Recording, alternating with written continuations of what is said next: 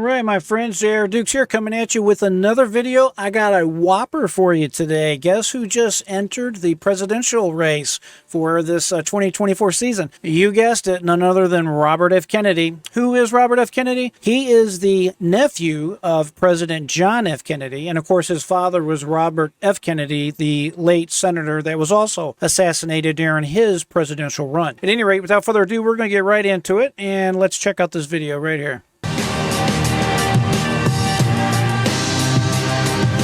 That's why I'm here today. I'm here to declare myself an independent candidate.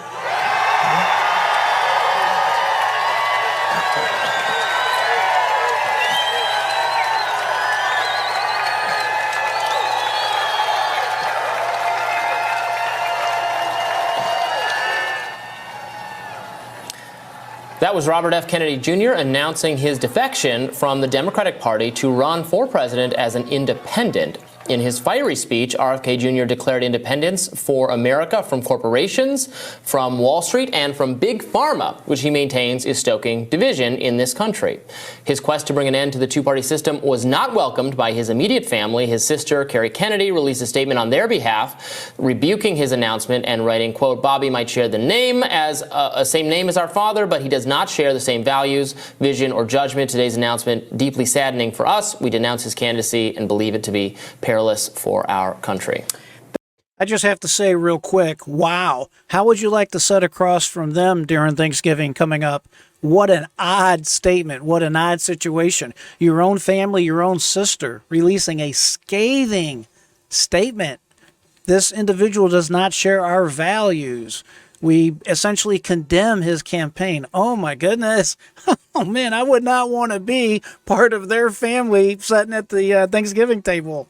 Oh, well. The Republican National Committee also denounced RFK Jr.'s switch. Chairwoman Ronna McDaniel released a statement writing, quote, "Make no mistake, a Democrat in independence clothing is still a Democrat. RFK Jr. cannot hide from his record. He is your typical elitist liberal, and voters won't be fooled." As a Democratic candidate, polls showed that RFK Jr. tracked well with voters, pulling in 14%, according to a Reuters Ipsos poll released last week, which may not seem consequential, but it's enough to disrupt GOP frontrunner Trump's support, as well as President Joe Biden's, according to an analysis from CNN.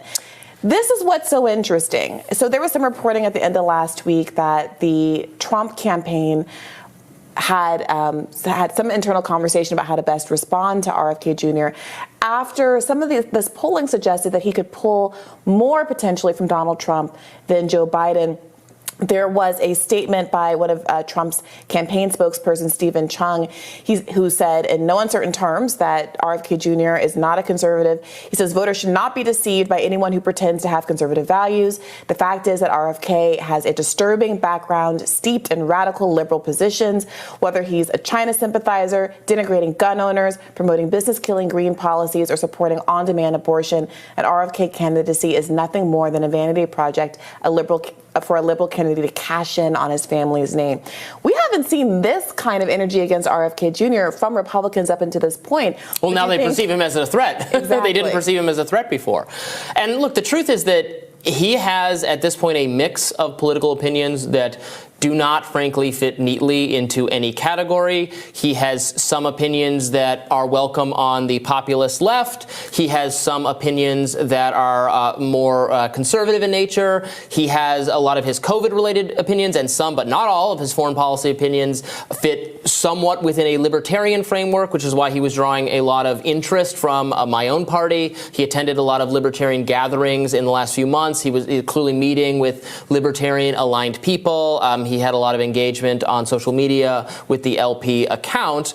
That said, what he announced about Israel the other day, support for additional military funding, really is at odds with a kind of fundamental view of the Libertarian Party that we should just not. Without taking a side in the conflict, that's not it. It's just the U.S. should not be in the business. The U.S. taxpayer should not be in the business of paying for another country's defense. So they were pushing back on him there. So anyway, he's running as an independent. Look, it is possible that he hurts Trump more than Biden. It's possible he hurts Biden slightly more because of the Kennedy family name and being associated with Democrats. It's possible that he draws some voters from both sides and it's kind of a wash. And also he draws some voters who would have voted Libertarian.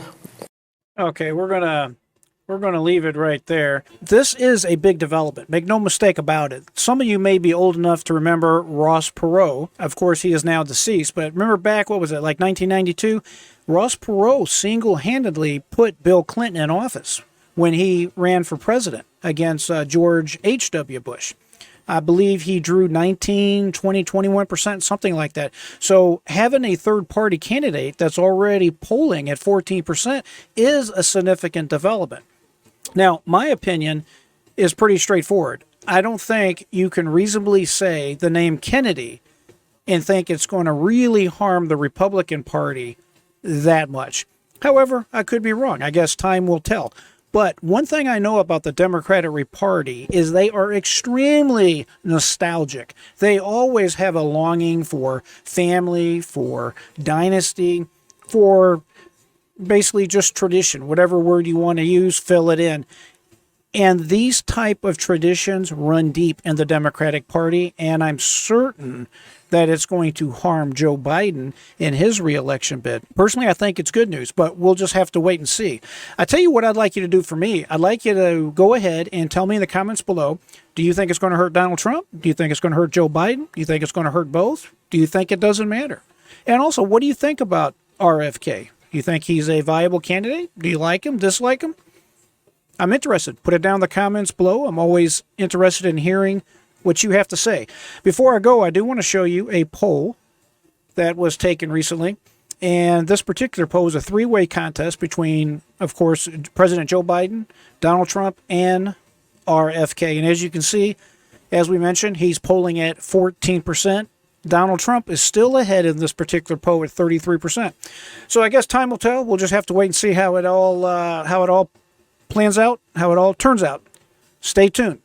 As always, my friends, I definitely appreciate you tuning in with me. Always remember to keep that free mind. Always check things out for yourself. And until next time, I am J.R. Dukes.